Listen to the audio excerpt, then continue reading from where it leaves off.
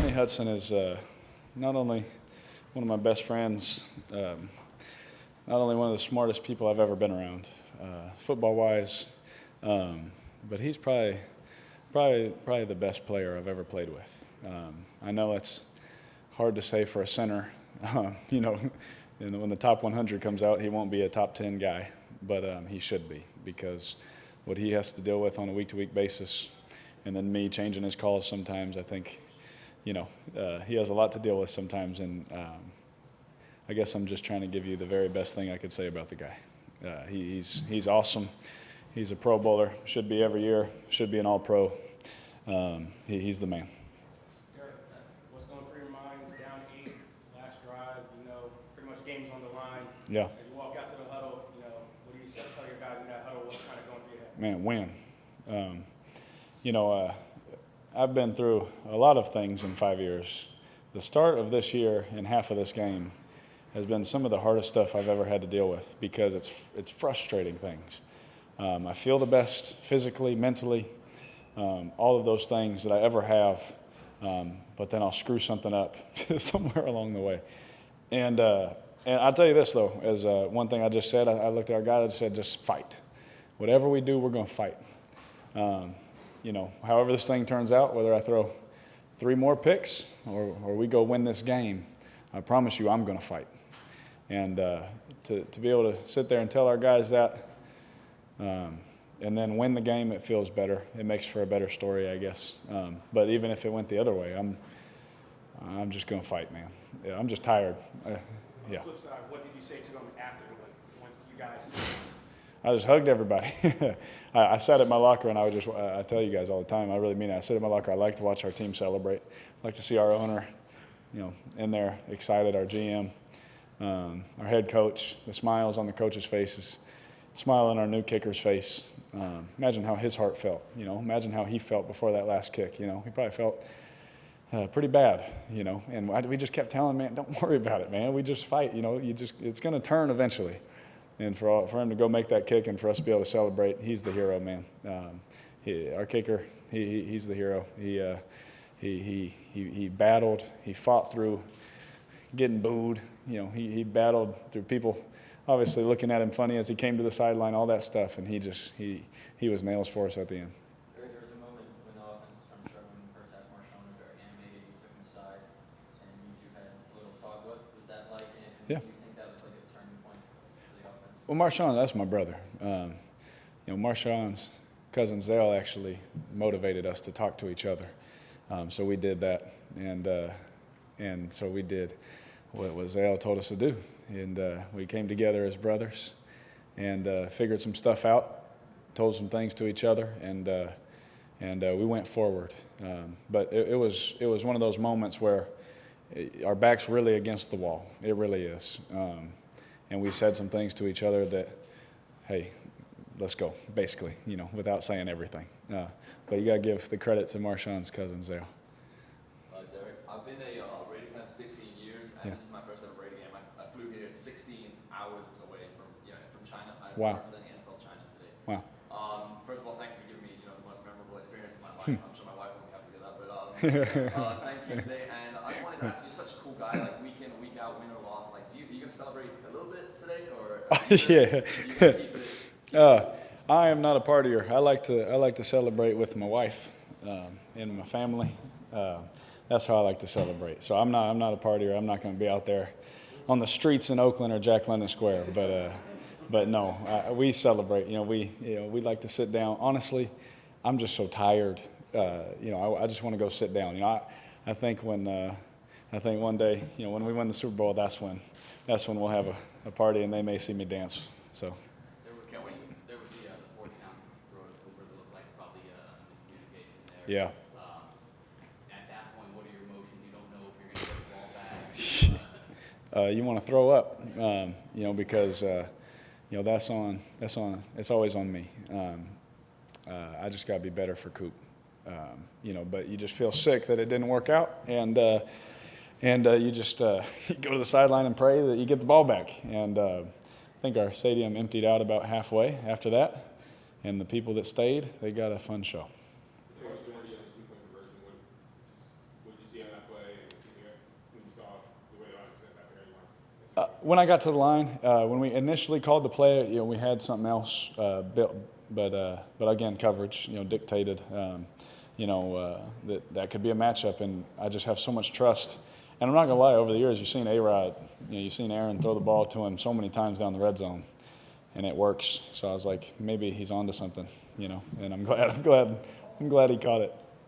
You've seen John 3 times after losing tough games. Now you saw him today after a win. Yeah.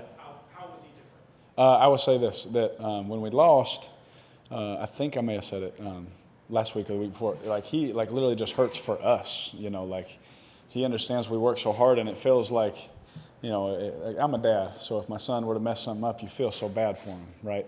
And I think that was the feeling that he had, but when you do something right, that was his feeling, that was the response we got, he was just overly joyed for his team, for his players, and he's really selfless, man. He loves his players so much, and his coaches and everyone, that when we won, he was just you could tell on his face, he was just so happy for his guys.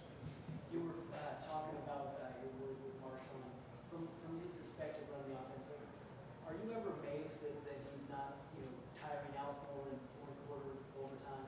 Yeah, it's amazing what happens, and not to get philosophical or anything for the kids, but when you are tired, and on the outside it just doesn't look like it, right? Maybe he is tired, I don't know. He doesn't say much, in the huddle, but for him to consistently run the way that he does and give the effort that he does, he's one of the, we all know that. He's a Hall of Famer. The guy is one of the best running backs to ever play this game. You can't tell the football story without Marshawn Lynch. And to be one of his teammates and to be in there with him, for all the kids out there, they should just watch his effort. They should, watch our kicker today miss some things and mess some stuff up, and then gut it out and be tough and finish and win the game for us. Those are the things that hopefully our game can do for the next generation that wants to play football. Derek Carr made that fourth quarter when they did this game. Yep. Scored 21 points, come back twice in the fourth quarter. It sort of feels Wow. like the team again where you guys were Yes. Yeah, I like that year. I felt that year was fun until the end. It did. And again, I'm not going to lie to you. Every game that we've had to do that, whether really the Miami game, in the fourth quarter, it was it felt the same to me. The outcome just didn't happen. This felt the same. We're going to go out there, man, we're going to win this game no matter what. I think that's when you lose those kind of games, I think that's why we get so emotionally drained. It's just hard. It's hard to win these games. And the Browns are a really good football team. You saw what they did to Breeze and the Saints, saw what they did to the Steelers. And they're off. Goodness, man, they're a really good football team. So to be able for our team to close one out the way that we did, it did feel like the old times, to say in a long way, yes. But the way we did that, it helps our team going forward. Now we know what it takes. You got to go. Put everything out there to finish all three phases. A couple more guys. What do you do for the offense today to have, four guys pretty evenly distributed, Mm-hmm. opposed to, what you guys had for the first? Yeah, so with Coach Williams, he plays so many different coverages. He wants to confuse me. He wants to confuse our center and me and myself in the protections, and he wants to mess with our eyes and coverage and things like that. And so it really, you drop back and you try and read it out, and you just get the ball to where Coach designed it, and that's why it was so evenly distributed. It wasn't like, hey, we're just going to play this coverage and take this away. He does so much. I'm more mentally fatigued than I am physically, and I think I'm pretty physically fatigued, just trying to decipher what he's trying to do at all times and make sure I'm on my rules and on the plan Coach gave me. It's tough. So he does so much that it just works out that way, the way the distribution worked out. There was an early pass to Jordy today where kind of a little bit behind him, Mm-hmm. made it back to shoot. Oh gosh, thank you. Yes. It was like 4 or 5 hours ago, but I was curious about it. It sucked. That's what my thought was. I had to move in the pocket, and anytime you get up towards the line of scrimmage, you're always in the back of any quarterback's head is like, uh-oh, here comes the guy stopping and coming to take. So I tried to throw it quick to him, and he was running as we've done it in practice, and I screwed it up. Is that an example, though, just to what, even though this was an explosive offensive performance, just what it still could be? Oh my goodness, yeah, sorry to cut you out. Yes, I can do so much better. My teammates are my teammates. I'll do better for them. I can do so much better. It's like crazy to see like we can move the ball so well. I've been on teams where it's hard to get a first down. You guys have been here, we're moving the ball really well, and then everyone takes a turn doing something. So the fact that we can move the ball and do the things we're doing is fun. But it just shows you again that we can do even more.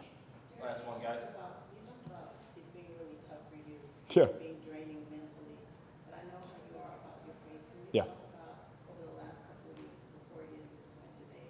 Yeah. If you've been leaning on your faith throughout. Yeah, absolutely. I lean on my faith through everything. Like when my son's having surgeries, when we're 0-3, 0-10, I've been, what were we, 9-1 at one point, 10 or something like that during that year. I've been through a lot of things. And again, I told you guys, I always just try and be the same person for my teammates every day, and just be an example that way. I believe in something, and I believe that my God is good. And no matter what I go through, I believe that He's good. And, I still have a wife to go home to, still have my babies to go kiss on, and now we have number 3 on the way. So now my wife's going to kill me for telling you, but I got to go. Thanks, guys.